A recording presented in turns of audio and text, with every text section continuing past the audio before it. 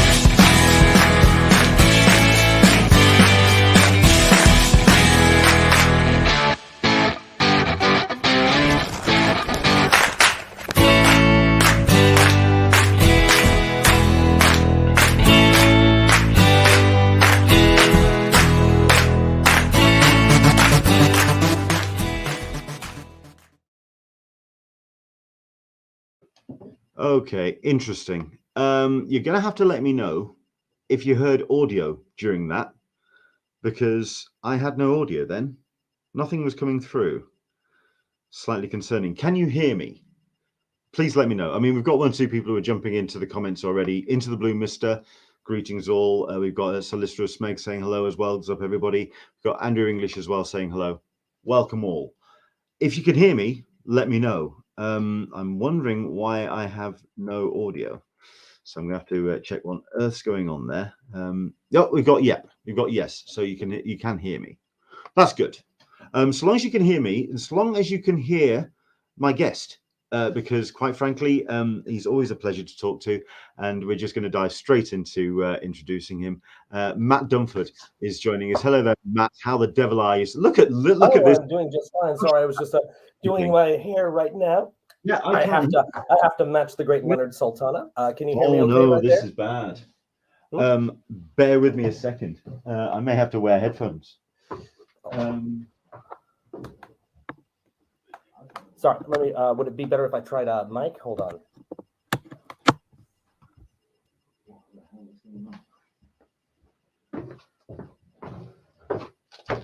This is very upsetting.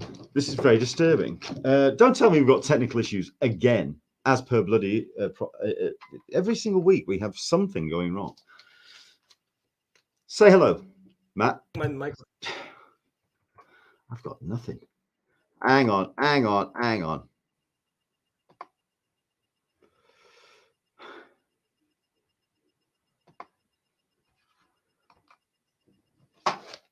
Have I got a muted? I can't have a muted thing. Don't tell me we're going to have some real issues. Headphones, but it'll ruin Lenda's hair. Listen, so long as Matt's hair is fine, which is, I mean, look at it.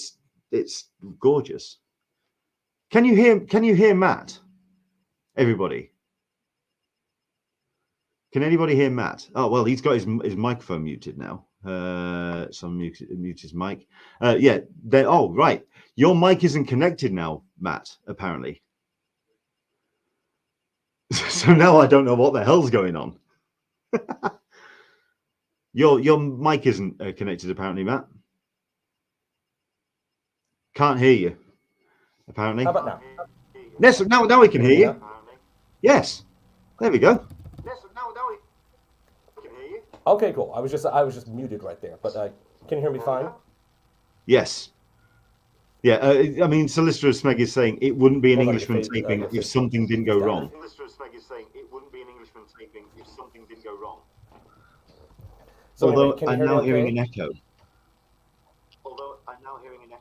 Okay, I think that's because, hold on.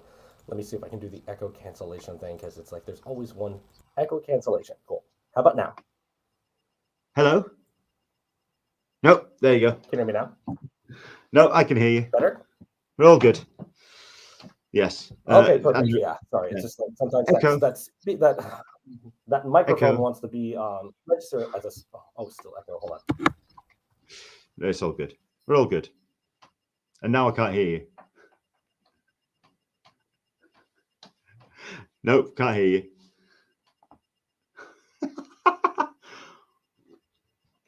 Listen. Oh, it's going to be a fun day, isn't it? I can get rid of these. You know what? These have done me proud. These are my HD25s, my Sennheiser DJ headphones. They're about 30, 40 years old now, and they still do the job. Can't hear you, Matt. There you go. Thing about Try this, again. It's the speakers. The microphone wants to read as a speaker, but if it's either it keeps cutting out. No. You were fine, and then it cut out.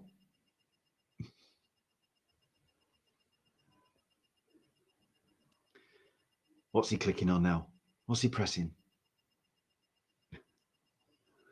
We will have a proper introduction shortly, indeed. I swear we will. Can't hear you now, Matt. It was working fine. There you go. Wait, you got it? Yeah. You can hear me? Oh, I just had to push the button on the bottom. Okay. You know what? It's technology, and the thing is, for us old people, I mean, the 15, 20-year-olds, they just fly through this stuff. But us, I mean, you're in your early 30s. I'm in my late 50s, and mid 30s. I'm 36 now. Now you see, look at you. You're a bairn. I know, and I'm looking like a hobo now because I'm so disheveled from all the work. And what happened to you? You've lost half your weight. You know what? It's starting to come back a little bit, thanks to festive season and not exercising as much. It's coming back a little bit, but I'm going to talk about that in a bit because because I'm here to talk about the comic festive season. Yes, I bought myself an Oculus. Oh, cool. And I've been I was rocking out with a fitness app which I bought today, which that got a sweat on. I'm getting into exercise. What the hell? I don't know what's going on. And I'm not getting a lot of exercise. I should be getting some, but it's the life of a workaholic. So you choose your poison. You know what? We're going to talk about that because we're going to get into what you've been getting, what has been occupying your time, because you've had a change in your fortunes and your direction. So we're going to get into that. But no, first things first, welcome along to Talkin Con, a cup of tea with Englishman in San Diego. My name is Leonard Sultana. Each and every Sunday, yes, I have had a little bit of that. So it's yeah. Talking Comic Cons, con culture, and all the stuff and nonsense we get to enjoy at such shows. We are joined by Matt Dunford. As always, I ask 3 questions at the start of a show, and I don't think I asked these the last time you were on. So here we go. We'll do these. Question number 1. It is a cup of tea. So what is your choice of beverage today? I have Yorkshire tea. Black coffee in a DuckTales mug. Oh, I know exactly what your love for DuckTales is. It's all-encompassing. I get it. So, yeah. Okay, so that's number 1. Well, actually, that was just because it was the biggest mug, and of course, I'm gonna, it's just like I always like to have something to, invigorate my brain as I'm on this chat. Not that it's not brain invigorating. So, no, I get that. Question number 2: can you remember your first comic convention? I don't think I've ever asked you this question. I absolutely can remember my first comic convention. It was in early August of 1994. I was an 8-year-old boy just sitting at home. I was just watching the X-Men cartoon, and there was a commercial with that just said, "Come this weekend to the San Diego Comic Con." And I'm like, "Oh wow, that looks cool. Hey Dad, after X-Men is over, can we go?" And he piled me and my brothers in the car, brought us over to the convention center. We parked there, bought badges on site, and as soon as I walked in, I was just absolutely blown away by everything that was in there. It was just more than I could have ever imagined. It was just like a comic book store magnified by 1,000, and I thought it was the coolest thing I've ever seen in my entire life. And then I went off to went over to the Marvel booth, where I thought it was the coolest thing ever. Saw some little snippets of an upcoming show called Spider-Man the Animated Series, which I might have a little fondness for.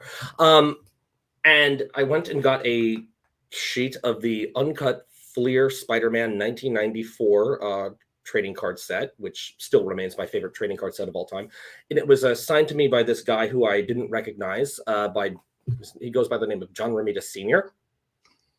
And I didn't recognize the name at the time. I'm an 8-year-old kid. I know 3 names in the comic industry. I know Jim Lee, Stan Lee, and Todd McFarlane. That's it. Of course, if it were me today, it's like, that would be a different story. But I walked around and I was just so absolutely blown away by what I was doing. And I just wanted more. It just amplified my love for comics even more. And at the end of the day, some guys were walking by and saying, "Hey, can we get your badges to go in?" And I'm like, "Yeah, sure. We're done." Boom.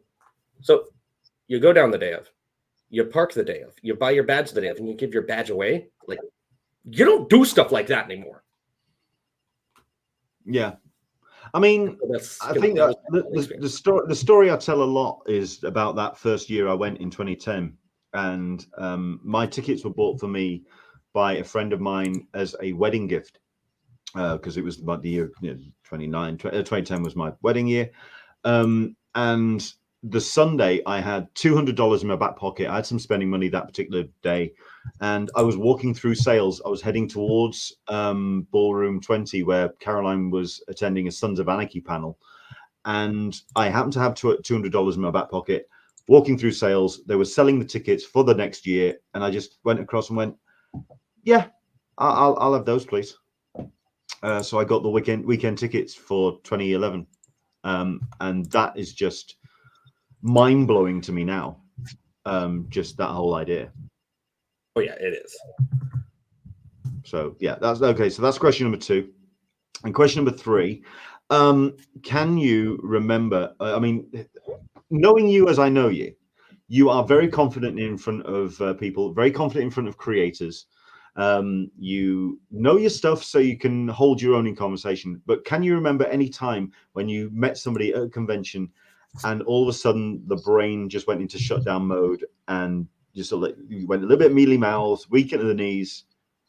What was that? Can you remember any big of those big meeting your heroes moments? There is only one moment where, well, actually, there's two moments when that has actually happened to me.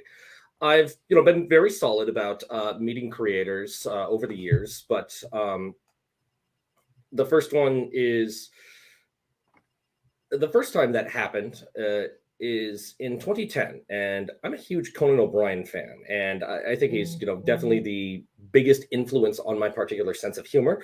So what happened is I was a student at UC Santa Barbara, and I drove down for the day down to the Long Beach Comic Expo that was going on. And as I'm walking around the convention, all of a sudden I see in front of me Mr. Pierre Bernard, who Conan O'Brien fans would know from Pierre Bernard's Recliner of Rage. He's this skinny little guy who's always put on this awkward segment, talking about animes that he likes getting canceled. And I freaked out, and he's in front of a camera crew, and I went and I ran. I'm like, Pierre, oh my God. And I pick him up. I was like, I'm such a big fan of you. I love your segments. I love the Recliner of Rage. And he's like, why couldn't that have been a girl? And this was caught on camera and put on Conan's cannot be put on television special, because Conan had to send his team out to do remotes at the time because he wasn't allowed to do television appearances due to some disputes between NBC at the time. And then I actually end up seeing Pierre at conventions more often, and that was and so we became friends. But the time when I most absolutely lost it, from meeting a certain creator, was at the 2012 Los Angeles Comic Con. I was standing in line for John Romita Jr., who's easily my favorite Spider-Man artist. And I'm talking with my friend Steve as we're in line. It's like I'm holding on my books, and it's like, sure, it's great to meet John Romita Jr., definitely my driving force on Spider-Man. Clearly, no one is going to be more significant to my love of Spider-Man than him. And all of a sudden comes in John Semper, walks right in front of me. John Semper, who's the showrunner for the Spider-Man animated series, my all-time favorite cartoon. And I'm like, oh my God, John Semper! Oh my God, my name is Matt Dunford. I'm your biggest fan. The Spider-Man cartoon is my favorite cartoon of all time. I just can't do the kid. Yeah, I recognize you. You're the kid from Facebook, right? And John was just as nice as can be. And I just never and he was just he took a picture with me. He talked Spider-Man with me. He's like, wow, I've never seen anyone with such passion for the show like you have. And then, lo and behold, I would get the chance later on as a volunteer for a little event called San Diego Comic Fest. The first time they allowed me to invite a creator to the show, it was John Semper. And, I've been bringing him back ever since, because he's just as lovely as can be. And he's got so many stories about his 40 years in animation, and he keeps going, and he's got such a strong fandom. And I never get tired of talking to him. And so that was just the first moment. And so, as you can see, I got a little fondness for that particular show. Oh, I'm fully aware of certainly following your feeds and everything. I know DuckTales, and I know Spider-Man the animated series. Absolutely, yeah, very much so. Just in case anyone isn't aware of who you are, I mean, to be fair, I'm going to get into a little bit of stuff that I don't really know about you, because. I know you from being the chairman of San Diego Comic Fest, and also meeting you in San Diego Comic Con, and meeting you at the Eisner Awards, and doing your networking, and just seeing the energy and enthusiasm that comes out of you, and also the knowledge as well. The great thing about you is you're never a gatekeeper. You're always somebody that, you don't know about this. Let me tell you about it. Let me get you enthusiastic about it. And you will always get that enthusiasm up and running, which is fantastic. But I knew that you had a daytime job.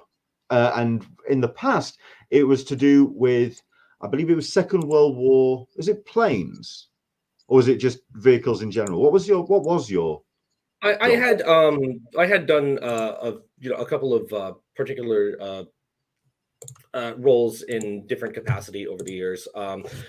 Geez, after I got out of college, I actually worked as a chauffeur, and it was a nice job. I had, some cool clientele. I like drove Henry Winkler. I had Nicolas Cage. One of my last clients that I had before I retired was a little writer by the name of J. Michael Straczynski, who, might have a wonderful Spider-Man run that I'm fond of, but I worked my way up the ranks, doing odd jobs because I was an anthropology major in college, so and it was a bad economy, so you choose a bad degree in a bad economy. It's like you can take what you can get. So I moved up the ranks, still hustling, but I still had a passion for comics at the time. I did actually work for a publication in downtown San Diego called World War Wings, where I was doing talk on World War II history, and I did that for a while before jumping out to a video game publisher called Critivo, where I worked on video game PR, marketing, and stuff, and then would arrange events for them. But then, the COVID hit, and I had to stop doing all that because if you don't have events to promote, then you got to cut off a finger to save the hand. And now I'm settled into a pretty cool new role at Upper Deck Entertainment, overseeing the Marvel comic trading card line. If there's a perfect fit for anybody when it comes to jobs, it's that, because I know your love for trading cards, your comics, your characters, your creators, your artists, and the fact that you can bring all of this together in a dream job, it really is. I'm so happy for you. I really am. The fact that it happened during COVID. Thank you so much, Leonard. I'm coming up to my year anniversary.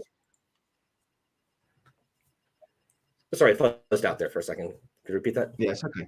The fact that it happened during COVID as well, the fact that you started this position, you started the job, was, how has the last 2 years been for you? Especially considering that when you did your last San Diego Comic Fest, it was the biggest comic convention in San Diego, which, when up against SDCC, is quite something to have on the business card. Default.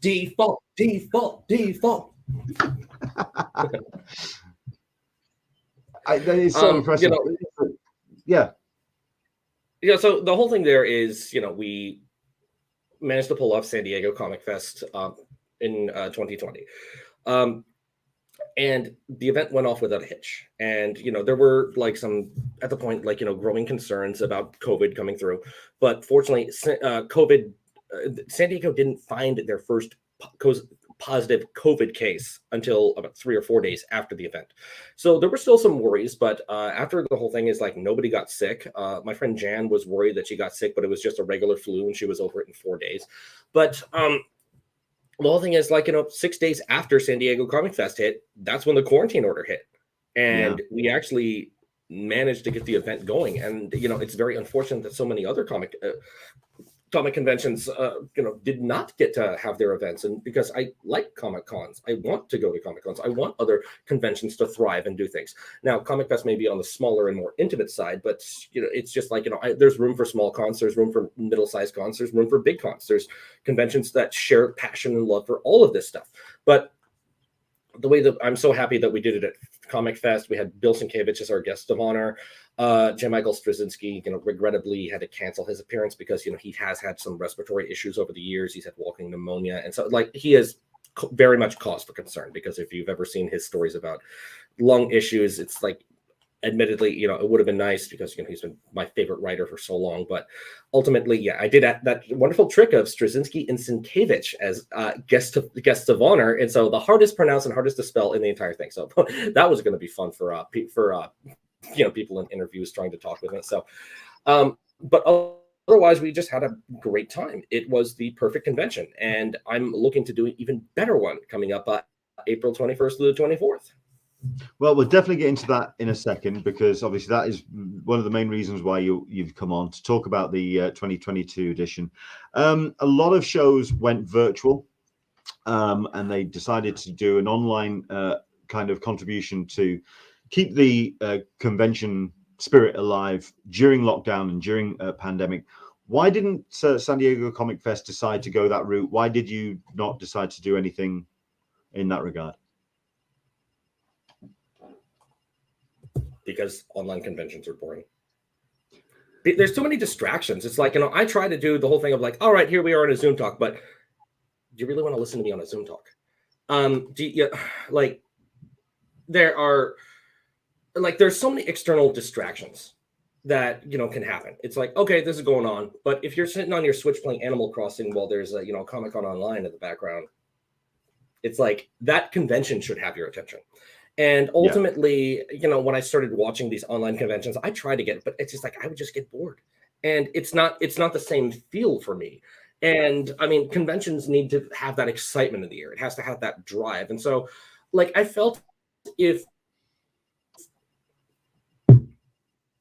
we were to do Comic Fest online, it would kind of just, I don't know, tarnish the brand. And I felt like, let's just not do it. People ask me, are you going to do it? Nah. It's like, you've seen enough Zoom talks this year. You've been on enough like digital Zoom age in the time of the future. You've been on these things where all of these, guests are sitting there talking about their talks on Zoom, not wearing pants, just like myself right now. Well, they're not pants, they're jeans. Don't worry, I won't be Jeffrey. Well, I'm not wearing any pants. I just didn't want to have it. Okay, so like we're all in agreement here. It's just Jeffrey Trubin's the one who got caught. So I want a convention to convene and not just, okay, sitting here on your computer. Guess what? You're on your computer all day long. That's not what's going to drive you. It's just like you want something different. And I chose, it's like, let's just not do it because I don't think it can really be done right. I think the only online convention that was actually done really well was DC Fandom, but that was catered exclusively to be an online event. That was catered to be an online event, as opposed to the whole, like every other convention is like, okay, we're shifting gears and now we have to learn how to do this from the start. And I didn't want to have to learn to do this from the start because there's always going to be technical issues, errors, problems, and stuff along the way. And I mean, you can play it safe and do like a pre-recorded YouTube video, but if you watch it as a YouTube video, you're there on YouTube and it's like, okay, your suggested video, hold on, there's 16 other suggestions I gotta go to for this. It's like and it just becomes, there's too many distractions. I want you, if you're at a convention, I want this event to be right in front of your face. I appreciate that. We've got, I mean, like I say, the comment that came in from Solicitor Smeg. I will say having panels viewable for months was pretty cool. And you've said it before. I think you hosted a panel, or you were a part of a panel for San Diego Comic-Con, I believe. And yes, I did. I did. Or during the Holocaust, during the first Comic-Con online, and that panel was, it's really cool because it actually did get 10,000 views. And then it's like, wow, it's like, Matt, you got more views than Kevin Smith. You got more views than Kevin Eastman. You were the highest ranked non-celebrity panel at Comic-Con. And I'm like, you must have done a hell of a job marketing it. And like, actually, no, I was in Facebook jail for a month when that happened. I know the reason why that panel got so many views. Because we were first. Thursday, 10 a.m. Yep. We were first. So everyone jumps in to see this. Okay, cool. Let's go to the next one. And it's like, pre-recorded? I'll check it out later. And when you say check it out later, when do you check it out? Yeah. Probably won't. And that's just the whole thing there. And it's just like, I didn't want that experience to be repeated. So like, I mean, it's nice that, there are, some ways to still cultivate fandom online to do these things. But, I feel like, Comic-Con, played it safe with doing pre-recorded YouTube videos because, like here we are, it's like, oh, my mic's not working. My internet connection went down. It's like, that's playing it safe. That's what you have to do. I think there would probably be a lot more views if it were done live because there is immediacy to that. But really, like, the whole thing is like YouTube, I'll watch it later. And as the audience members just said, it's cool to check it out because I do go back and I do check them out. And so there's a lot of cool talks there from like, Rob Salkovich and Mark Evanier and the group of comic historians. It's cool to see all those talks there. And so they're archived for later on your viewing. But the whole experience about a convention is it should overwhelm you. It should have so many things to do. There should be too many cool things to do all at once and not just, I'll check it later. I'll check it now. That's an interesting perspective. Okay. Yeah. I hadn't really thought of that. The conventions really should have that overabundance, the embarrassment of riches. No, I get that. And I understand that it's a situation because like, time, everyone has their hands full. It's what we have to do, but I figure it's like for Comic Fest, it's like we're just not going to do it. Yeah, fair enough. We've got a couple of comments here that have come in. Andrew English, I don't like online conventions as I don't have any subjects to take photos of. He's a big cosplay photo taker, so he likes well, that. You can screenshot me, and if because I am a walking NFT, and so then I can like, I don't know, I guess sue you for stealing my internet clout or something like that. We don't mention the term that shall be spoken on this particular show. How about Bitcoin? The shiver just went right down my back. Well, what's wrong with fake money? I've got plenty of fake money. It's in my bank account. It's always fake. The English pound. That's right. Oh yes, absolutely. Leanne D, it's hard enough to focus for this hour, and I get that. I tried so hard to stay focused for SDCC online, but I just can't do it. I get it. I totally get it. And is it Liana Ahmed? I hope I've got the name right. Liana. 2020 to 2022 with no end to Zoom in sight. Zoom fatigue is real. For me, it was that. It was that kind of the amount of that compressed noise, compressed speech. It started to grate after a while. It really just kind of got into my ears. I don't know. Yeah, it's just like one of the whole things. It's like we look to the future of like, look, we can have like, Jetson's technology of, talking on space, like fiber optics will be the future. And now it's here. It's like, can I have a human touch again? Yeah, absolutely. Clydeen Nee, if anyone isn't aware, I mean, Clydeen, I mention it every time that she comes on. She is awesome. She is awesome. She is the person that organizes the Artist Alley at San Diego Comic Con. She knows her stuff. Great colorist as well. I miss audience interaction. They need to be able to get up and ask questions. Absolutely. That's the reason why this will never be a pre-recorded show. This will always be a live stream show. And Into the Blue Mister. Nothing beats the fun of wandering the hallways and stumbling into a random panel that turns out to be absolutely fabulous. Absolutely. Absolutely.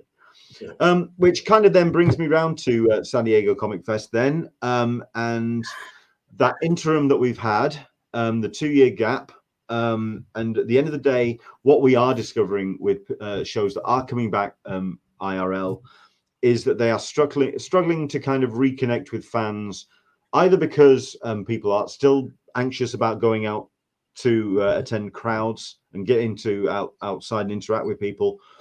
Or there's also, I think there's been that too long of a gap where that real intensity of fandom from 2 years ago suddenly came to a crashing halt, and now it's almost like starting the engine back up again, if that makes sense. Where is San Diego Comic Fest at the moment? Where are they in that kind of mix? Well, with that, we are still very much, gung-ho, go forward and like, doing the event. And we do understand everyone's concerns. And we do want, to make sure that, we are observing safety protocols, that, we are, just making sure that everyone is happy, healthy. And it's kind of a, it's an uphill battle, but I've always expected an uphill battle. And if you don't, do an uphill battle, then your, butt muscles won't get toned. That's just, how genetics works.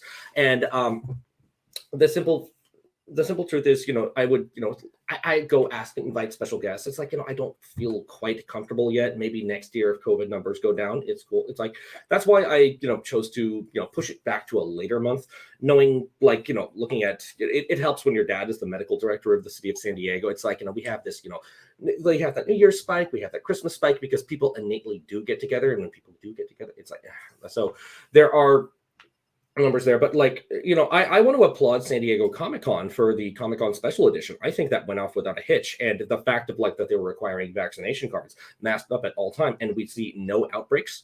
You see reports from other conventions having their events going on throughout the year, but they were not really observing protocols, and there were outbreaks. And so San Diego Comic Con online, I think if it's like that was a mid-sized convention and they really hit the mark on it, and I thought I was actually genuinely impressed with their ability to pull it off. So that gave me faith in going forward with Comic Fest as well. But it is restarting the engine, getting people out there, getting people passionate for this. And so this time around, we do have a absolutely stellar guest list of people coming on board, and I think it's going to be wonderful. Our theme this year will be celebrating the Centennial of Gene Roddenberry, the creator of Star Trek. And so I may not be the biggest Trek fan in the world, as you can tell. I'm a little more on the comic side of things than the science fiction side of things, but that doesn't but there is still a strong following. I cannot deny the contributions that Gene Roddenberry has provided to the world of science fiction, and making science fiction accessible to the general public with Star Trek as a pop culture sensation. So here we are. Let's get down this list. There he is, our guest of honor, Mr. Peter David, who I will call him. He is probably the most consistently great writer of the past 35 years. It's just, I can't, find bad books by this man. And I've, read just about all the stuff he's done. You might know him from his run on Incredible Hulk with Dale Keown, Gary Frank, all these legendary ones, with where he introduced Maestro, Smart Hulk, and other wonderful creative talent that he has done. He did Spider-Man 2099, one of the stories of my youth. He did, Young Justice, his run on X Factor from the early 90s, and then coming back to X Factor with another really cool run with a multiple man story. It was actually super legit.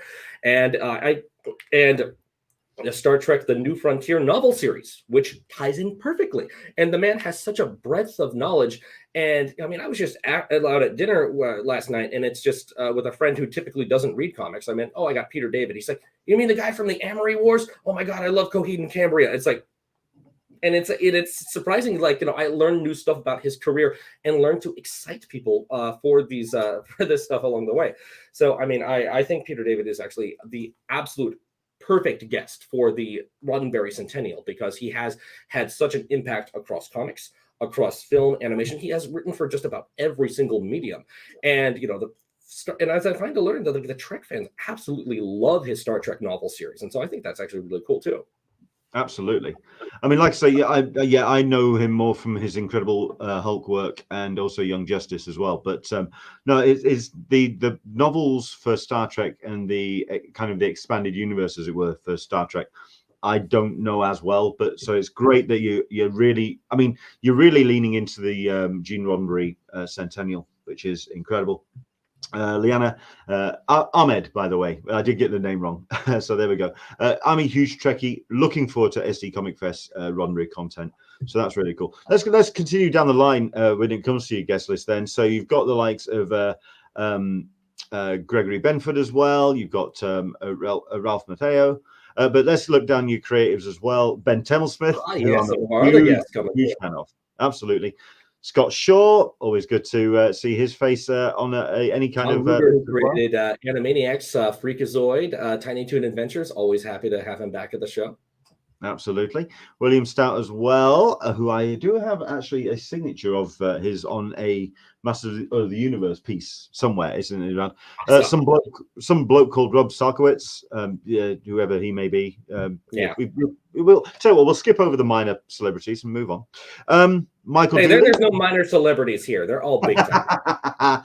He's gonna look. I'll get a text. From him. Don't worry about it. Chris Ryle, always good to have him kicking around as well, because I know he's got his like I say his new, right. How do you pronounce that thing? His new company. How do you pronounce it? Syzygy. I just found out yesterday. I was at a signing with writer David Boer, who came into San Diego yesterday to know our games and comics up in the San Marcos area to do a signing for Reign #1, which is Syzygy's first book. And I asked him, how is it pronounced? Because I kept asking, Ryle, how is it pronounced? All right, say it slow. Rye, all. No, so he wouldn't. So Syzygy, which means link between two. So link between two. So it's artist creator. Link between, it's Syzygy, like synergy. Okay, cool. Absolutely. The legend, which is Jackie Estrada, the legend, which is Marv Wolfman, of course, Jonathan Maybury, Ricardo Delgado as well, who's just a personal hero of mine. If anything, for How to Train Your Dragon, the man is just absolutely amazing. He is amazing. I'll scroll down. You tell me anyone that you really want to kind of draw attention to. Okay, Jonathan Maybury is a local artist and local writer of science fiction. He created the V Wars. He's done runs on Black Panther. He gives these wonderful writers' coffee house workshops at Mysterious Galaxy talking about, writing professionally for comics, film, animation, just about anything. Wonderful, talented guy. He does the Joe Ledger novel series, Rotten Ruin, and he is just, a sweetheart and nice as can be, and always with those great Aloha shirts. Absolutely. I know Jonathan from either being a volunteer staff member or running one of the Artist Alley Room 2 upstairs in San Diego Comic Con, and he always did the kind of how to write sections, and he broke down introducing characters, having geography, sort of, and really broke down the mechanics of writing, and he made it very much a case of unlocking the craft. Very, very, very smart guy. Very, very clever guy. Buzz Dixon, who is just other guests legend. Like Buzz Dixon, who I'm always happy to have back. He wrote G.I. Joe. He wrote Transformers, Thunder the Barbarian, Batman the Animated Series, Tiny Toon Adventures, like My Little Pony, like Strawberry Shortcake. He did every 80s cartoon of your youth. Yeah. Greg Preston, Willie Ito, guests like Willie Ito joining us, who animated. He animated the spaghetti scene for Lady and the Tramp back in the day, and it's just like, it's nice to have a Disney legend with us. Greg Preston, who is the author of The Artist Within, he's done this wonderful series of photography work for comic creators. In fact, I think he actually took the last photo session of Jack Kirby before he passed. So that picture that's often used with Jack is great. And so Greg is always just wonderful. And I want to have him here to showcase his experience with creators in their photo studios. And, maybe he can even catch my good side. Cool. And down at the bottom of the page, Jim Kruger. Jim Kruger is, a wonderful guest. And so he has created the greatest superhero of all time, who is Combo Man, which is the snack superhero that everyone that got all of us kids eating combos in the 90s. But he actually worked in Marvel's advertising department in the 90s, and then went on to do things in the in the writing sector, doing Earth X and Project Superpowers, Justice League, and there's Michael Dooley saying, well, there I was. He's watching today. Hello there, Michael. How are you doing, sir? Hey, Mike, just remember the word legend just means that you're part of the older crowd. That's the nicer way of saying it. But it's like, no, you are a legend. You are a legend. Absolutely. Michael. Although, I am going to take issue with somebody on this particular thread. It does say, Into the Blue Mister, Ben Templesmith is always the sharpest dressed man at any convention. Okay, he may not be rocking the suit right now, but you have not seen Matt Dunford at full flight. I mean, Ben is my boy, and I'm happy to have him on the show. Wonderful, talented creator, and I'm happy that he's back in the San Diego area, and because I've always been a huge fan of his artwork and storytelling. But I mean, if he wants to dress sharp at the show, it's like I can be that double-edged sword to take him on. I'll go blade to blade. If it's for sharpest dress, it's like I got my suits too. I don't just dress in superhero stuff all the time. Most of the time, but most of the time. No, I mean, you had yourself a fine mentor when it came to dressing sharp. Absolutely. Wonderful cartoonist, and one of my personal favorite story of his was the greatest comic crossover of all time, Archie meets the Punisher. And he passed away 3 years ago. I dearly miss him. And but he taught me the difference between fashion and style. Fashion is what is offered you. Style is what you choose from it. There you go. Absolutely. We've got ourselves a couple of, couple of comments. Michael P. Shock, horror, surprise. Does anyone want to apply for an Expanse panel at San Diego Comic Fest? I'm shocked, Michael. I didn't realize that you were such an Expanse fan. But there you go. It's safe to say, yeah. So shoot me a thing. I'm always up for panel pitches because, I do want to cultivate the fandoms and make sure that, if we do have the creators there who have worked on these projects, that the fans have their opportunity to do stuff. I mean, when it comes to like Peter David stuff, I mean, I was even willing to do like a 25th anniversary of Space Cases. That was one of my favorite shows on Nickelodeon back in the day. And it's like, it's shocking as an adult when you find Peter David did Space Cases. I love that show. And it's just the things that that excite you, and not just me. I understand because I might like something to death and someone else might not like it, because I mean it's weird. There's people out there that actually don't like Spider-Man. What? Yeah, it's crazy. There's people out there who actually don't read comic books. They don't read comic books. And it's like, but you know what? There's room for all degrees of fandom. So, and if you're new, if you're established, if you're, and there's always like that, challenge where it's like, I know the most about comics. And then it's like, you meet someone like TJ Shevlin. It's like, he knows more than me. Oh, yes. Which means I need to learn more, and I need to read more, and I need to catch up. And so it's that catch up battle, and it's a welcome challenge when I find someone who like knows more about a subject than me. It's like, oh, absolutely. well, time to. That's got to be one of my favorite years of going to San Diego Comic-Con, because I attended with you at the Eisner Awards, and like I say, anytime I get to spend with you is a joy, because like I say, you just don't gatekeep at all. But when it comes to people who don't gatekeep, TJ Shevlin. Also known, if you find him on Twitter, as Stars My Destination. He doesn't tweet as much, but he was the gentleman that ran the comics. San Diego Comic Art Gallery. Yeah, the Comic Art Gallery underneath IDW. I went in and I thought I knew a fair amount, but it clearly was. I was the ice cube to his Antarctica when it comes to his kind of. Is absolutely incredible guy, but not only that, but he never gatekeeped once. It was absolutely a case of, no, okay, you don't know about this stuff. Here we go. Look at this. Look at this. Look at this. And it was just a joy, absolute joy. But there we go. Yeah, we have one or two people. I'm going to have to make your screen full screen, because we've got one or two people who are saying, we want to check out the serious collection of omnibuses behind you Matt. You want to see my Marvel omnibus collection? Okay, cool. I'm always happy to show up my stuff when I can. So anyway, this is just about a almost 5x5 calyx. I'm getting there.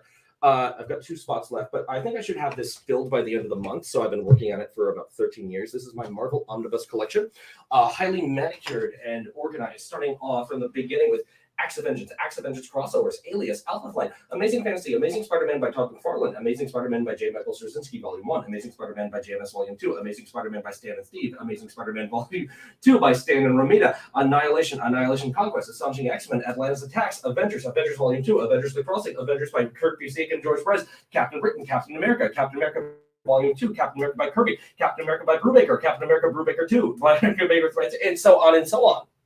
And you want to see my Spider-Man collection too? It's over here. And like other basic Marvel, not basic, oversized Marvel hardcovers. I've gotten into the new thing of, because I've almost collected all of the omnibus editions, I decided I need to get into something new. As a kid, of course, as I mentioned, I was the world's biggest fan of the Spider-Man animated series, and I bought every last toy that was available to me. And but of course I ripped everything open. I didn't have them carded. And now it's like I'm in the phase of, I'm an adult. I can get the stuff that I want now. And so I'm going to go back and try to get all the action figures that were carded. And I'm buying all these stupid things that my parents would not let me have. Like I bought Spider-Man Silly Putty. And I bought, oh wow. And I got the Spider-Man electronic toothbrush. And I got more, and I keep buying more and more stupid stuff along the way. The Spider-Man metal figures, the Spider-Man trading card stuff. But I do not forget the action figures that started it all, which I bought these guys right here. Web Shooter Spider-Man and Kingpin, which these are my first 2 Spider-Man figures, which I purchased, my mom purchased for me on November 19th, 1994, which was the day the Spider-Man cartoon came out, because I was so blown away by how awesome that show was. And I was just like, I was already reading Spider-Man comics at the time, but it just blew my fandom into overdrive. And I'm like, no, I need more. And so I begged her to take me to Toys R Us, because I had to have something to play with to try to bring this to life. And of course I bought Web Shooter Spider-Man as opposed to Web Slinger Spider-Man, because Web Slinger Spider-Man's arms were stuck up like this. He couldn't make a fist, but at least Spider-Man could make a fist and he could fight. And I bought Kingpin because he was the biggest. Big action figures are cool. But now I have this really cool trinket that goes here that will be the new centerpiece of my collection. Which stands I mean, Leanna is asking, and what is your favorite Spider-Man animated series toy collectible? This one right here. But okay, no, we'll look at this first. This is it's not an animated series piece. Oh, go, what's this? Oh, wow. This is a statue crafted for me by John Semper, the creator of the Spider-Man animated series. And on the bottom, it says, to the #1 fan, Matt Dunford. Wonderful. Custom molded Peter Parker with this thing. This is the piece de resistance of all Spider-Man memorabilia that John made for me. The ultimate bust of us that he has made in this golden statue, presented to me, Matt Dunford, the greatest Spider-Man fan in the world. Is that the reason why you're growing your hair out, by the way? Just so when you can model that and just kind of... Well, because I guess I should do it, because the whole thing is like when I had my hair, because like all too often, like I would share pictures of Spider-Man, the animated series, and people are like, Peter Parker kind of looks like you from the animated series, because like I did have my hair at that length. And it's like, yes, I modeled my haircut after him, but it's like, you know, okay, no, but this is, this beard is sort of like a stress work beard, because I've been so slammed with projects at work, and I didn't have time to breathe, let alone shave. But you know, I've been letting my glorious mane grow out, just so I can, you know, pair with my Messiah complex. You know, you gotta have to look. Fair enough. Fair enough. Into the Blue Mister saying disposable income is the phrase Matt is looking for. No. Crippling debt is the term. Oh yes, I think we can all appreciate that one. Fair enough. Okay, let's get serious and let's get real for a second then. San Diego Comic Fest. It's an intimate show. It's something that I've really appreciated being on the convention landscape, because it's not just a show that embraces the new, it's something that absolutely celebrates the legacy and the history of animation, comics, books, art across the board. So you really kind of you celebrate legacy creators. In a post-pandemic and post-lockdown world, however, when legacy creators may not want to head out and leave the confines of their house for protection and self-protection, and they are totally justified to do so, how does that impact your programming for something like San Diego Comic Fest?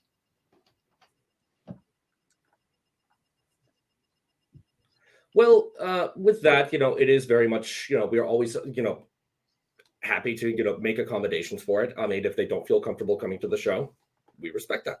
And it's not like we're forcing anyone. We never force anyone. It's like we always want to roll out the red carpet for every single creator that we go to, because you'll find with our particular special guest list, these are, you know, I try not to do actors or, you know, like big entertainers or stuff like that. Other conventions can do that. I want to focus on the people creating the stuff, the people who make all of this, who have made this. And of course, if their work gets adapted into films or, you know, animation stuff, I want to have people know where this came from. I'm like, okay, Peter David, you know, he's the guy who gave Aquaman the long hair and the hook on his hand, right? Where do you think Jason Momoa got that from? Peter David made that. Spider-Man 29 coming up in that new Spider-Verse film, Peter David made him. It's like, you know, Smart Hulk that you see in the Avengers films. Who made him? Peter David made him in his Hulk run. You want to meet the guy who is, you know, shaping the world's influence? These are the people that are doing all this stuff. And I know that not everyone is going to make it out to the show. And, you know, I will miss the people that can't make it out. The ones that are here for the show, I'm happy to have there. It does do a thing, because, you know, we are going to be a little more scaled back. It may not be as going as hard as other conventions in the past, because, you know, rightfully so. We still have to dip our toes back in the water in order to trickle down, because we want people to be safe. We want people to be happy. And overall, we want people to have a good time. Nobody wants to go to a boring convention. No, I hear you. We want, you know, and I've always just, I just want to focus on authenticity, because I can't be a fake. I can't be like something I'm not. And, you know, it's been a whole thing of like, you know, people coming up to me and talking to me. It's like, oh, man, the Roddenberry stuff. It's like, I'm such a big Star Trek fan. Let's talk Star Trek. I'm like, you're talking to the wrong guy. I'm not really that Trek. If you want to talk comics with me, I'm your guy. But it's like, I'm not the biggest Trek guy in the world. We're celebrating his theme, but ultimately it's bringing in the right people that will, you know, talk about these things, to talk about the Star Trek panels with these, you know, particular creators. Like, you know, and so that's the one thing I like doing about is giving back to the community. And when I see if someone is a right person to talk Star Trek, I'm like, you want to moderate this panel? I'm like, you want me to?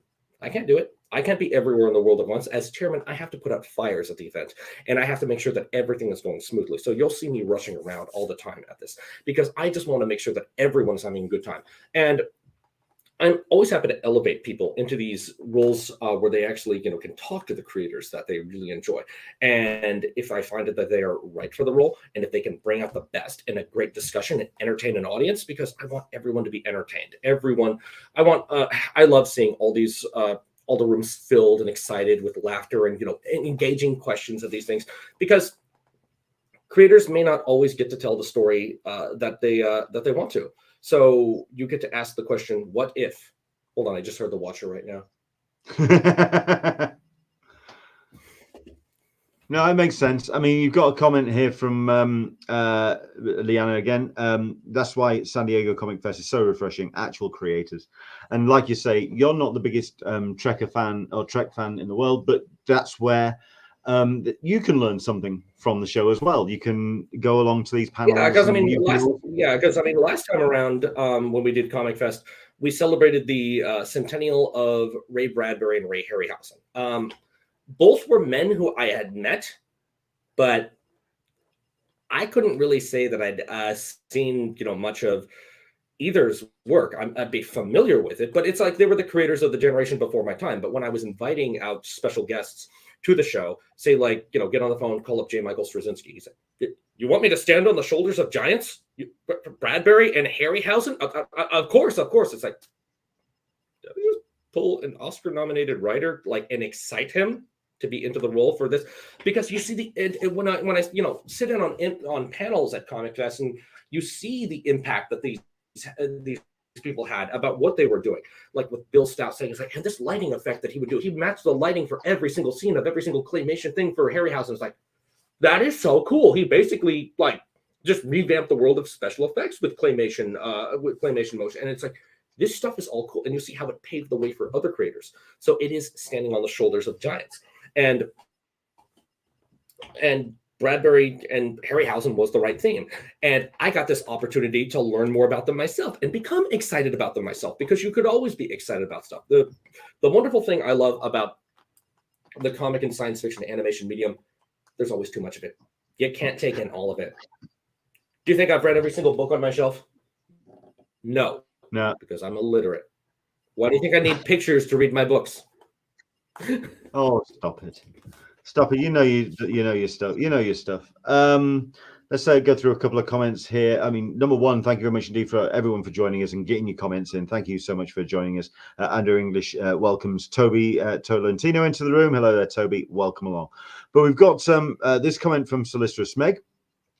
This is off the back of a couple of comments in the thread. I actually think Hollywood gets a bad rap at cons. I mean, if they bring in people, those eyes are on smaller creators they may not get otherwise. Absolutely. And I very much agree with that. Hollywood does get a rap at smaller cons. I mean, the whole thing is like, look at the special guest list at San Diego Comic Con or WonderCon. Do you see any celebrities there?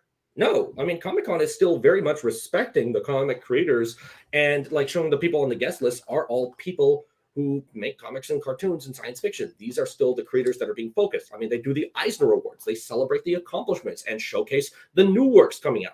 They pay tribute to the history. They pay tribute to the present. They pay tribute to the future. And I try to follow in that footsteps of things because, above all else, San Diego Comic Con is what inspires me to be, to make a better San Diego Comic Fest every single time. Because, they do their big thing, we do their small thing. And when people say, oh, Comic-Con is just all about Hollywood and celebrities now. No, you're missing the point. Because if you're just reading the news, it's always going to emphasize celebrity highlights or certain cosplay things. You're missing the focus. There are panels, there are programs, there are creative talent that do come in there. And if you don't like Hollywood stuff, don't go to Comic-Con and do Hollywood stuff. Go to do comics. Go to Artist Alley. Comic-Con has simply just grown to provide more offerings for what they are doing. And it's like, okay, you don't like, dressing up in armor and doing medieval battles outside by the bay. You don't have to do that. It's like, maybe you want to just go play Pokemon cards or something like that. Maybe you just want to watch anime or something like that. Maybe you want to attend a comic creator event. There's enough for everyone to do. And they offer too much to do. Yeah. And I also want to grow to, have, an offering at Comic Fest. We do 6 panels per hour with an active dealer room, a small press area, a gaming area, and an artist alley. So there's always a lot to do. And because we're in that small environment, the coolest thing about it is you are constantly bumping into these creators. And one of these people are like, I just was just getting coffee and I was just talking with with a Disney legend right now. This was the coolest thing that ever happened to me, isn't it? Yeah. And the thing about bigger conventions is bigger conventions attract bigger audience. So these creators may not have the time to take with you. They might be rushing off to a place, or they might be, getting through a line in their artist alley. So you can't really take the time with them that you want. But I think the coolest thing about Comic Fest, that it's always been for me, is you invite in these legendary comic creators, and you start, at first you're looking up to them as heroes, but by the end of the event, you just call them friend. Yeah, I've definitely noticed that with people, friends of mine that have gone to Comic Fest. That's how they always come back to when they report on it, and it is such a an intimate show, and that's what really shines through when it comes to Comic Fest. We'll talk about some other shows and how you perceive them and how you see the future of comic conventions, certainly in the immediate future for 2022. But speaking about Comic Fest, is there anything you can tease in the terms of panels or any of the programs that you've got possibly lined up? Well, one thing I always like to do is like solo creator spotlight stuff that is coming up. So it's like you will see a spotlight on Peter David. You will see a spotlight on Ben Templesmith. You will see a spotlight on Tom Ruger, so he can talk about Pup Named Scooby-Doo, Freakazoid, Tiny Toon Adventures, Animaniacs, all that cool stuff. And there will be some other cool stuff. I'm very much looking forward to doing a 30 years of image panel. We are always, going to come forward to do the, definitive, theme panel, which is the Centennial of Gene Roddenberry. But there are more creators out there that are celebrating centennials next year, such as Doug Wildey, who you might know, from Animation, Herculoids, Johnny Quest, stuff like that. So there's a lot of creators that would like to pay tribute to Doug Wildey. Bill Gaines is turning 100. We can do a Bill Gaines thing. Stan Lee is turning 100, so we can also do the Centennial of Stan Lee panel. So these backup panels, also stuff like 30 years of Image Comics, and just bring in the creators who were there at the start, creators who are there now, and so you have the different focus on things. So it's like what it was, so what it is now, and to kind of just meet in the middle. And that has always kind of just been the theme that I kind of go for. Respect comic history, but show where comics are still going, because no, this is not a dying medium; it's a growing medium. It's a wonderful medium. It's always going to be around in one form or another. Sure. A couple of comments. Clydine Nee, not many people know that the creator of The Outer Limits, Leslie Stevens IV, was an influence on Gene Roddenberry. Yeah, I mean, I think with Gene, because I will turn around and say while I'm a massive fan of what he achieved and what he did with his storytelling as a producer, he definitely pulled the right talent into the room. And he managed to marshal everyone. He got at the end of the day, producing, it's very much like herding cats. He was that person who was very much able to get everyone pointing in the right direction. He knew what he didn't want, and he took what he did, and he created what he needed to. Sometimes that did step on a lot of people's toes. It did rub people up the wrong way. So there is definitely, for me, that yin and yang when it comes to Gene Roddenberry. But it's definitely going to be a celebration of his work. Michael P is asking, do you know if Gene's son will be there? I actually would like to bring Roddenberry out to the show. So I have just recently been provided with this contact information. So I would actually, thing is, now we have a new head honcho who you might know. One of the guys who is attributed to moving me forward and giving me my start in comics. He's the executive director of Little Fish Comic Book Studio. So recently, Mike Towery, who you might know as the original founder of San Diego Comic Con, who founded San Diego Comic Fest as well. He's done this for 10 years, but and he deserves a much needed break. And he actually does so he felt that Alonzo was the right guy to pass the torch to. And Alonzo, as an active art director, as a studio director in 501c3 nonprofit, and comic art teacher, we felt he was the right guy to do things. So things are very much by the book now, because Alonzo has had the past 10 years in 501c3 nonprofit. So you got to do this way, instead of just letting Matt Dunford run rampant with everything he wants to do.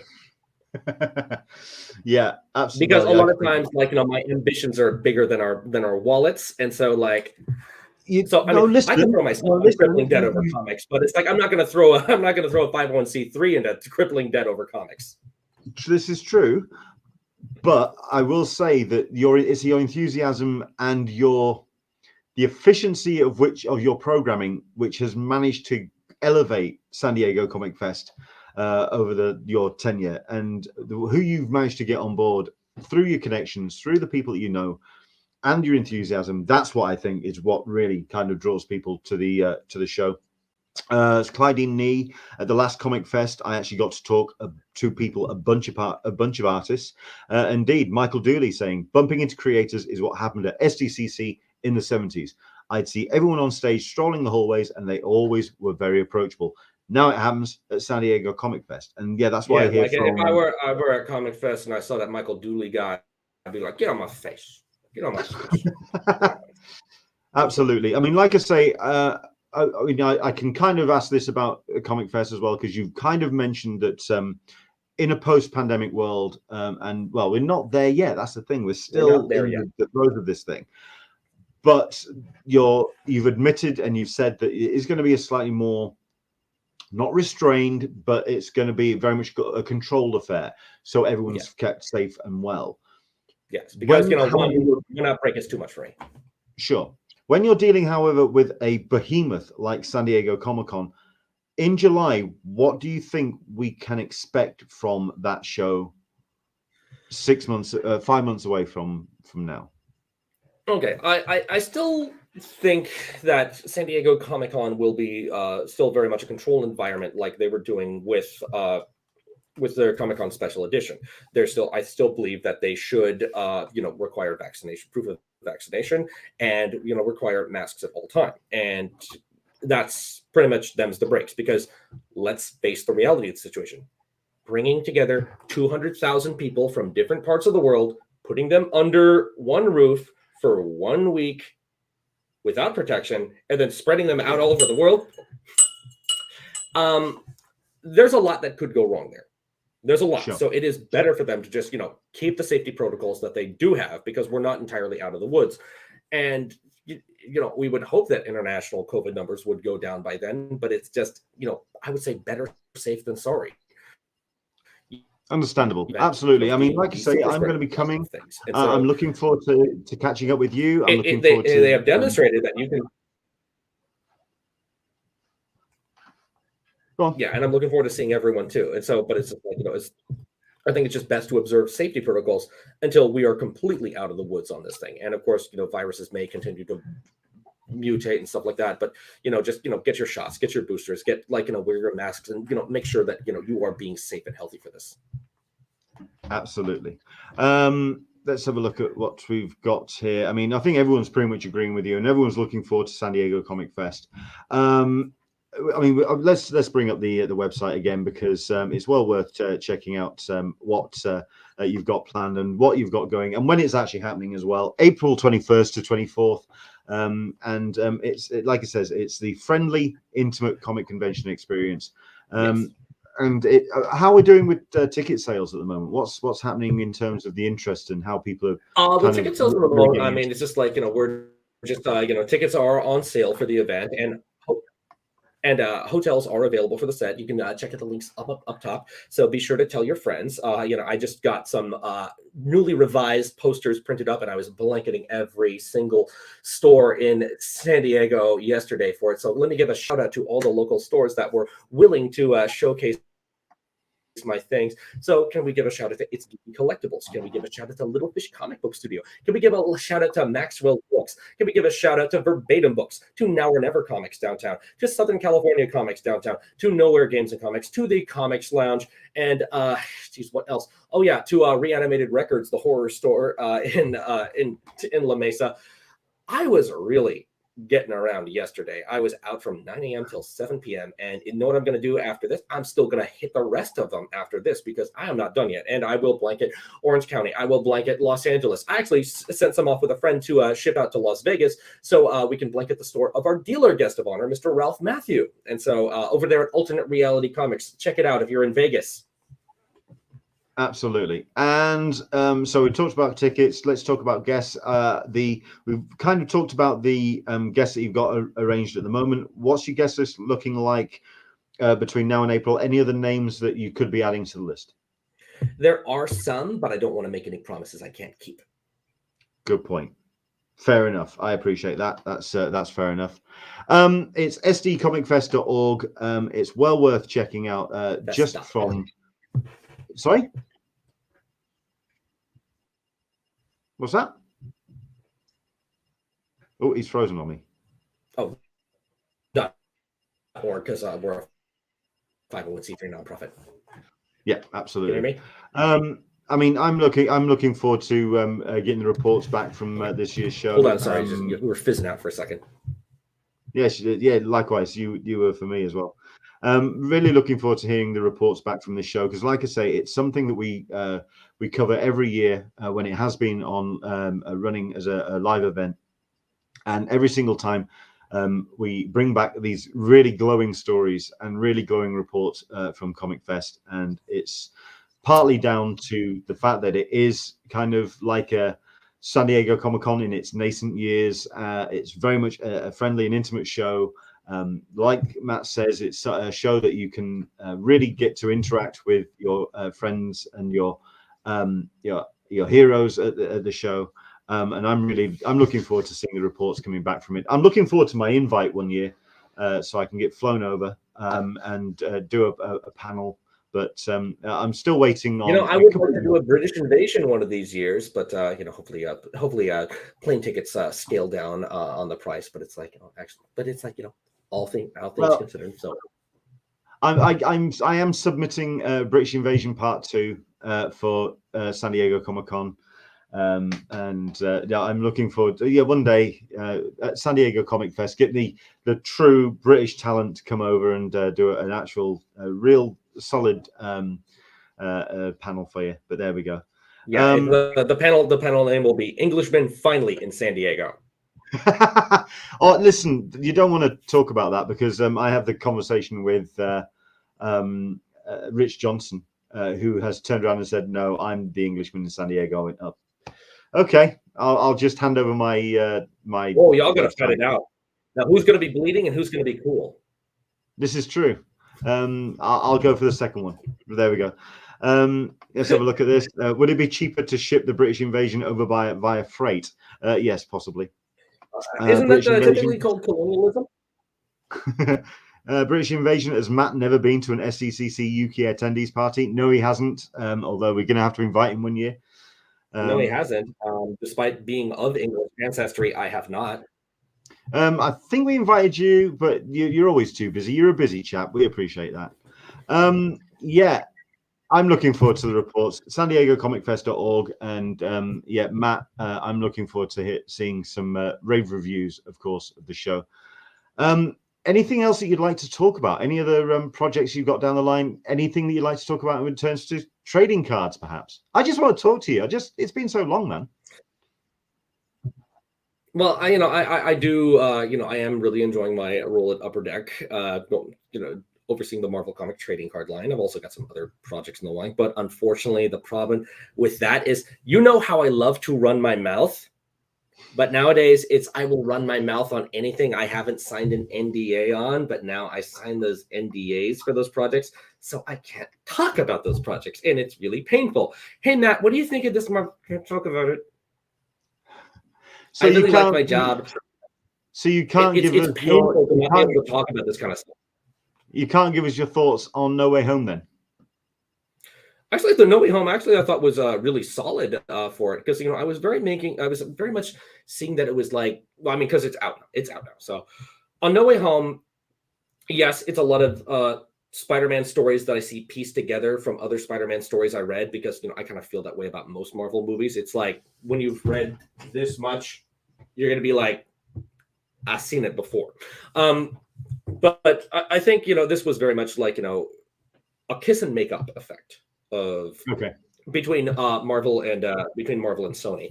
So they realized that, they have to, like, make peace with one another, because, like, it's like, you're pulling, it's like, you're doing your weekend rides with your child Spider-Man, and Spider-Man is they have to share the rights to the character's second most valuable intellectual property. Know who the first is? Go on. It's Hello Kitty. Hello Kitty is the number one most valuable intellectual property on Earth. You slap Hello Kitty on anything, it sells.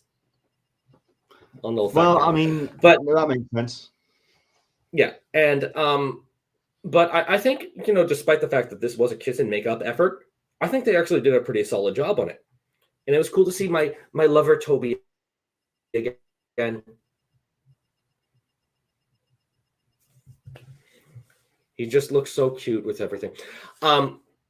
Yeah, but I actually did think it was actually a pretty solid film. And, it's like, if I were in charge of the Spider-Man movies, it probably wouldn't be the direction that I would take things through. There was stuff I would like to see, but, you do got to, but for a patch up, this actually does make things work. Okay. Because, and I will say it, when people ask me my main thing, it was nice to see a Spider-Man movie instead of an Iron Man Jr. movie. That's a very good point. Okay. Question number 2 then. When it comes to Spider-Man, how excited are you about John Romita Jr. returning to Spidey? I am very excited about John Romita Jr. Returning to Spidey. And without JMS?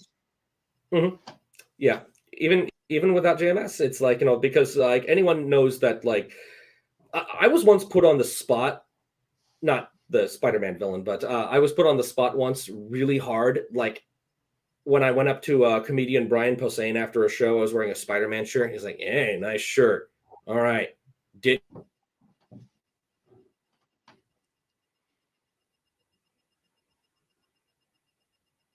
hear me? Oh, okay." So I was put on the spot. And I'm like, okay. And I'm like, Romita Jr. Because he is my favorite Spider. I am very excited to have him back on things after his tenure at DC. I know Romita had talked about, like, wanting to shake up things creatively after, like, some 40 years at Marvel. So he got his time at DC doing some Batman stuff, doing some Superman stuff. But it's like, it's really good to see him back home.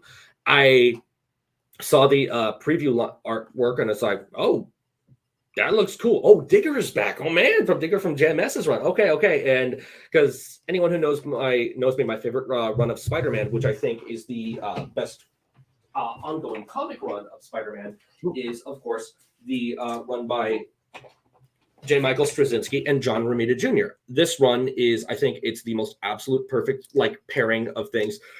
It just resonates as my favorite for me 20 years later. I almost gave it to Nick Spencer because I was absolutely just loving what he was doing on the character. But, there may have been some shakeups and whatnot, but I just love what they were doing. And I got really attached to Ryan Ottley as an artist, as you can tell by my shirt. I loved what Spencer was doing, but I felt like, I'm not sure how much of it was editorial control, but I felt like it just didn't stick the landing.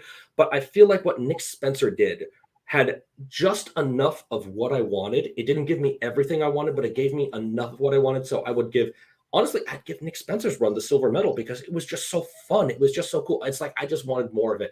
And then, things came back with Ben Reilly a couple months ago, and I gave it a chance. I was a hardcore Clone Saga fan as a kid. Still am a Clone Saga defender as an adult, but I felt like it wasn't really getting Ben right for me.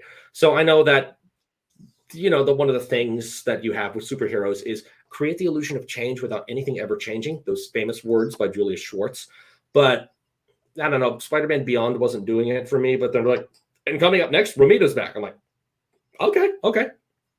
And I really haven't read a lot of Zeb Wells as a creator. I have done some of his stuff. And so, like, stories like Spider-Man Reign, which people are like, people ask me, hey, Matt, is there a story where Mary Jane died of? Yes, that actually happened. Yeah. And I and so like Tom I do Taylor's have to work. tell those stories. But I like Tom. I What Tom do Taylor did as like well. yeah, and so I do I'm and of course there was a period of time where it might believe it's like there was actually a period of time where I wasn't actually reading as many Spider-Man comics as I should for a better part of a decade, but Nick Spencer really brought me back into the world of Spider-Man. I really loved what he was doing, and I felt like it fixed a lot of the problems that I had with Spider-Man and I'm I think Spider-Man is in a much better place, and I think Spider-Man will be in a perfect place with Ramita on the art. Absolutely. And we've also got a question. And of course, there are a lot of creators who I would. What's up? Fair enough. We've got a question here. Last one before we kind of let you go. What is Matt reading at the moment? Can you hear me now? What is on your reading list? What is Matt reading at the moment? This might shock you, but geez, I haven't been reading quite as much as I want. But I've been loving Firepower by Robert Kirkman. The Good Asian by Pornsak Pichote is phenomenal. I was about to sit down and start reading that new Nightwing hardcover that Tom Taylor is doing. Tom Taylor's been a brilliant writer.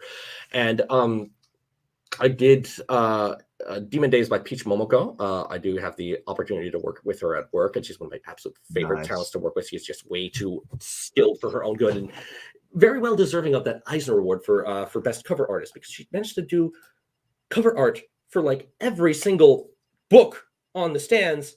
Still managed to do trading cards and write and draw her own book. I'm like, yes, you deserve that Eisner win. And other stuff, it's weird because it's like I feel like this is the time where I'm just kind of like reading more independent creator-owned stuff. So I'm reading a lot of Image books. There were a lot of Marvel books that I was reading, but I feel like it's like, you have your golden ages. They come and go. I loved Donny Cates on Venom. I loved Nick Spencer on Spider-Man. My biggest problem is I'm always buying more than I'm reading, because I'm like, give me this, give me that, give me that, give me that, give me that, give me that.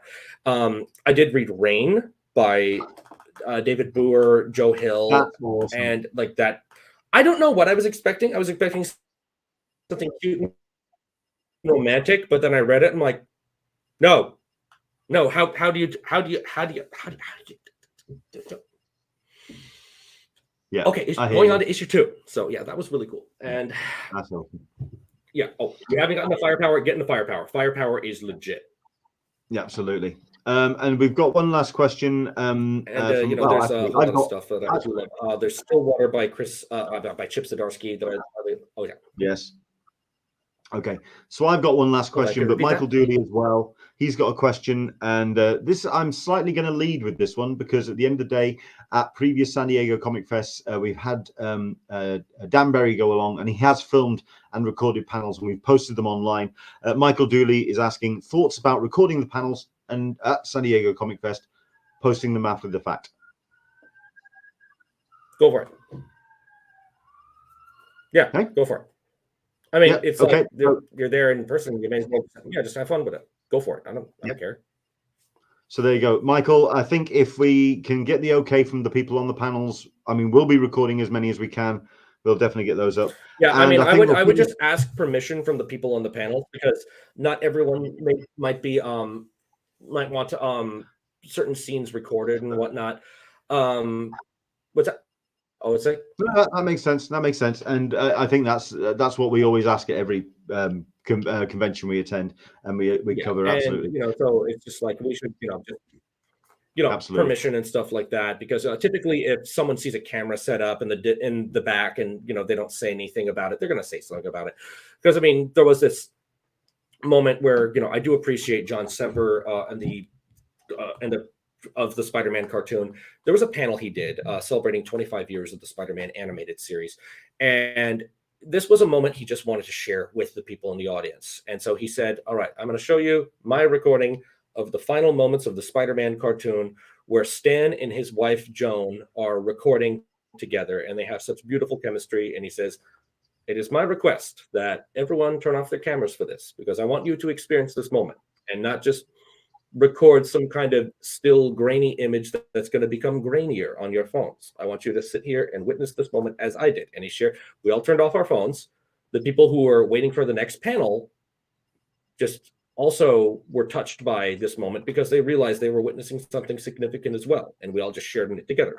But overall, it's like, I would prefer, like, if you're okay with it and you want to just post online later, perfectly cool.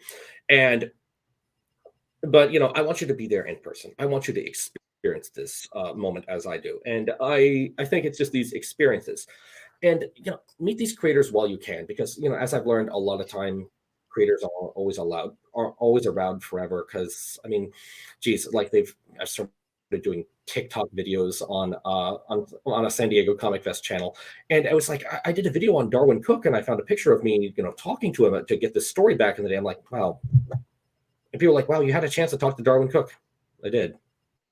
Don't get me started, because just before Christmas, or in the October, November time, I attended and panel hosted at Wales Comic Con in Telford. Chris Achilleos was there. I thought I didn't want to bother him because he was too busy. He was talking to fans. And I thought, you know what, I'll catch him at the next one. And yeah, I'm going to regret that for the rest of my life now. And you may not always catch him at the next one. It's just I know it's just a thing. It's like, I want these creators to be with us for as long as we can. But I want people to meet these creators and show them and share your appreciation for their work and show how they mean it, because it's great. Because I wouldn't be here if I didn't love stuff like this. I'm always happy to meet the creators that do this, and it's just it's wonderful. I love to meet as many creators as I can, and get books signed and stuff like that, and have them sit on my shelf. And so when I do find the time to open it up, I see the first page of to Matt, and I see little Spider-Man sketches and stuff like. It's just a really heartwarming feeling. I hear you. Michael Dooley is saying, I was thinking more of San Diego Comic Fest recording and posting. So official. We can always make arrangements to to get everything set up for you, and just post online to our YouTube channel, which should be a little more active. But that's just the whole thing, because that's the downside of things, is you're only getting those YouTube videos. We can also do other stuff outside the event, but I guess it's just how we are, because I always want to have an emphasis on quality with everything with the event and make sure that everything is entertaining and informative. But that's why I have such a wonderful, talented pool of guests. Absolutely. And to wrap things up, one final question: with the success of No Way Home, with the bringing together of all three Spider-Men, and with the continuation of the Spider-Verse in terms of Venom and Morbius and all the other exciting things that are happening in comic book movies, and all the expanded universe of the Marvel Cinematic Universe, and everything that's really popular and exciting about comic books happening upon the big screen, why is Spider-Man Into the Spider-Verse the best comic book movie of all time? Discuss. It's not. Oh, okay, go on. Teen Titans Go to the Movies is the greatest comic book movie of all time. I knew that was coming. Gave no damns whatsoever. That movie had no right to be as brutal as it was for a children's movie, but they did not care. That movie was that movie just attacked the superhero movie motif like no other. It's like everyone else gets a movie, but we don't. How come we don't? It's like, are you just like some kind of mass appeal, money grubbing machine? It's like, how come we don't get a movie? And they got their movie. They forced their way onto the set to get a movie. And one of my favorite things is I am not denying my fandom for Teen Titans Go. I think people are like, it's so stupid. No, it's funny. It's funny. It just doesn't care. It's the modern day Animaniacs. It's like all they do is go around acting like jerks to each other. I know, that's why it's funny. And they just lash out and attack everything. One of my favorite moments in this movie, because I actually had the opportunity to interview the creators at a panel once, and they told me all these behind the scenes stuff. One of my favorite moments, they had one that was cut from the film, and they threatened to have the president of Warner Brothers threatened to cancel the film if they kept it in. It was there's a scene where the Titans are getting onto the the Warner Studio lot, and Beast Boy says, "Ooh, look, the water tower. That's where the Animaniacs live." That's not the original line. The original line is, "Ooh, the Warner Brothers lot. This is where they used to make good movies." Oh, because that movie did not give an actual damn about anything. They just like railed on how bad DC movies have been. They like, brought in like they lashed out. It's like, maybe if we're good enough, we can be a Marvel movie someday. And like it was just so brutal because they just roasted every single thing. And I even really like Stan Lee's cameo in there. It's like, all right, guys, nice to see you. Wait, this is a DC movie? Forget it, I'm out of here. And like, yes, they even had to bring in Stan as this. It was just the perfect lampoon on superhero movies. And I think it is the perfect superhero movie because of just how wildly entertaining it was. Okay. I will bow to that. I think you and I will have to have this discussion face to face in July. Maybe we'll host our own panel at San Diego Comic Con. Why Teen Titans Go is better than you, and why it deserves to be on Cartoon Network 23 hours a day like it already is.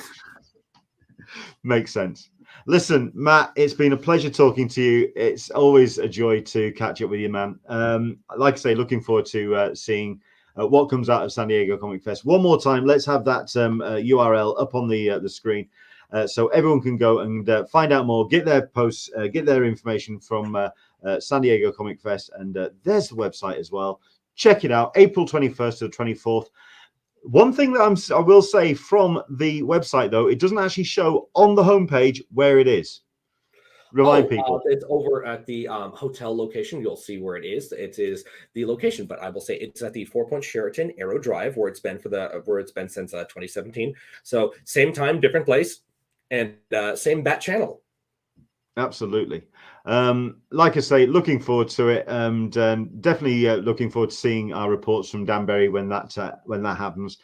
Matt, look after yourself. Thank you so much indeed for joining us. It's been a pleasure talking to you, and yeah, looking forward to seeing you in July, mate. Okay, always looking forward to seeing you too, Len. Okay, mate. Take care. Excellent stuff indeed. Matt is a joy, and it's a pleasure to have had him on. Once again, check out sandiegocomicfest.org.